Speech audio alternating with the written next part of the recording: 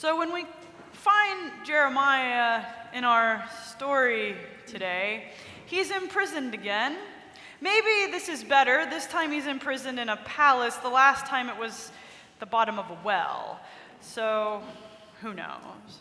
He's in prison because he told the king of Judah, Zedekiah, that the Babylonian army, which is besieging Jerusalem, was going to throw Zedekiah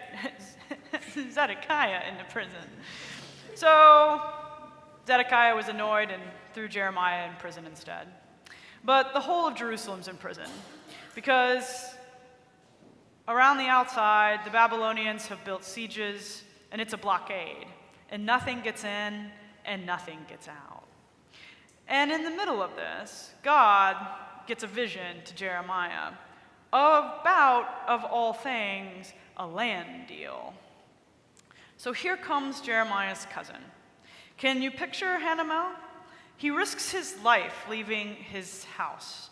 He has to go through these streets and see starving people and hear crying children and the drums of war in the distance. And as he hurries, he wonders if this will be the moment Babylon really begins the assault, a rain of fire and rocks. And so he hurries through the streets full of death and fetid water. And he arrives at the palace. And what he offers to Jeremiah is to buy a field. Now, you have to understand that in the law, the right of redemption goes first to a member of the clan, the next of kin. This way, the field most likely stays in the family, mitigating the possibility that a whole family falls into poverty. And so Jeremiah is next of kin and has the right of redemption. And Hanamel offers it to him. We don't know if he's got a debt. We don't know if someone died. And can you imagine Hanamel like, here's a land deal. Do you want a field? And the field is in the middle of scorched earth. It's a place that the Babylonians have already besieged and ruined. It's also in Jeremiah's hometown where, like, everybody hates him because he's a prophet. So there's nothing in this for Jeremiah at all. The land is never going to be farmed again. This is like, talk about real estate deals. Location. This is like the nadir of Judah's existence. Who wants to invest in some property, right? Nevertheless, Jeremiah buys the field. And he does so very publicly.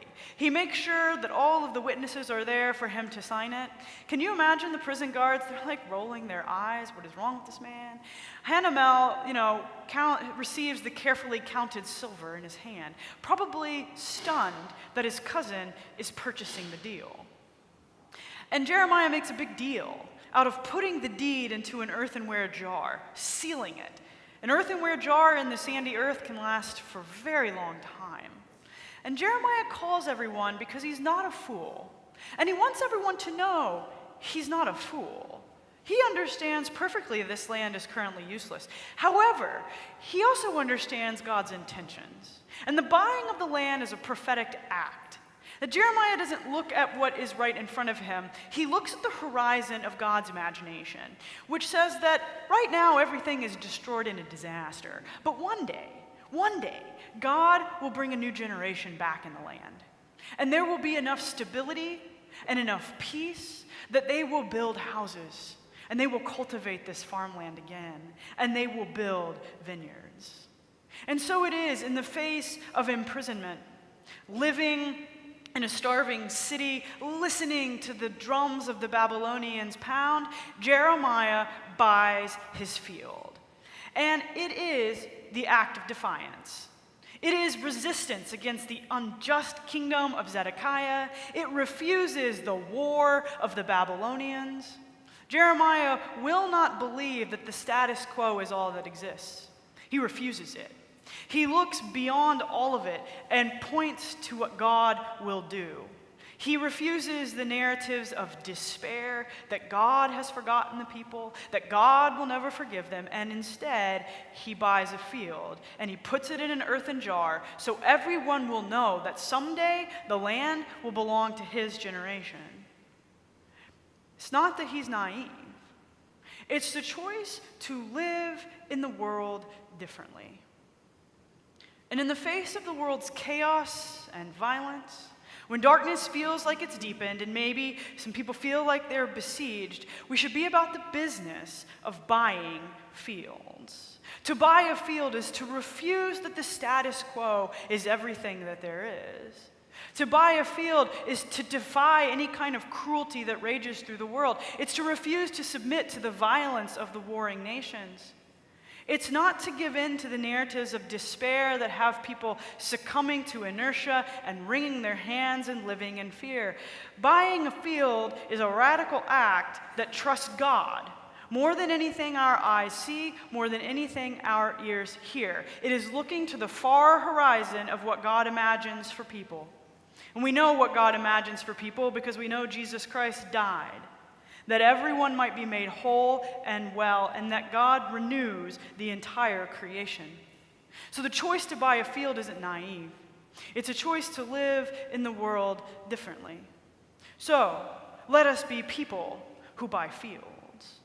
See, every time you choose kindness over cruelty, you're buying a field. Every time you refuse to denigrate or demonize people who disagree with you, you're buying a field. Every time you choose to foster children, you're buying a field. Every time you pick up the vacuum at USCRI or teach refugees English, you're buying a field.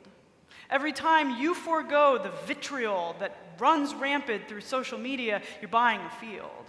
Every time you resist people disappearing off our streets and into vans, you are buying a field. Every time you create a space where people of all walks of life can deeply belong to one another, you're buying a field. Every time you create places in which people can worship God and find grounding for their life, you're buying a field. Every time you believe that not just what your eyes see, but the truth that Jesus Christ has died and is risen and loves everybody, you're buying a field. Every time you believe that the Spirit actually is at work in you and in all of creation to do something new, you're buying a field. And every time you put faith into action and you do not count the cost, you're buying a field. See, Jeremiah, he bought the field. And it wasn't foolish. It was an absolute act of faith. It was an act of trust in a God who promises more than what our eyes can see.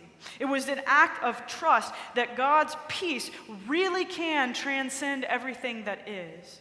That even now the kingdom of God is unfolding in our midst, and we are part of what God is doing. In the midst of a world that often doesn't make sense, which distorts and demonizes and causes disunity, the world needs hope. It doesn't need rose-colored glasses. It doesn't need inertia. It needs people to be people of hope. And we worship a God of hope. That is who we are. So, let us be people who bring hope into the world, and let us be people who buy fields.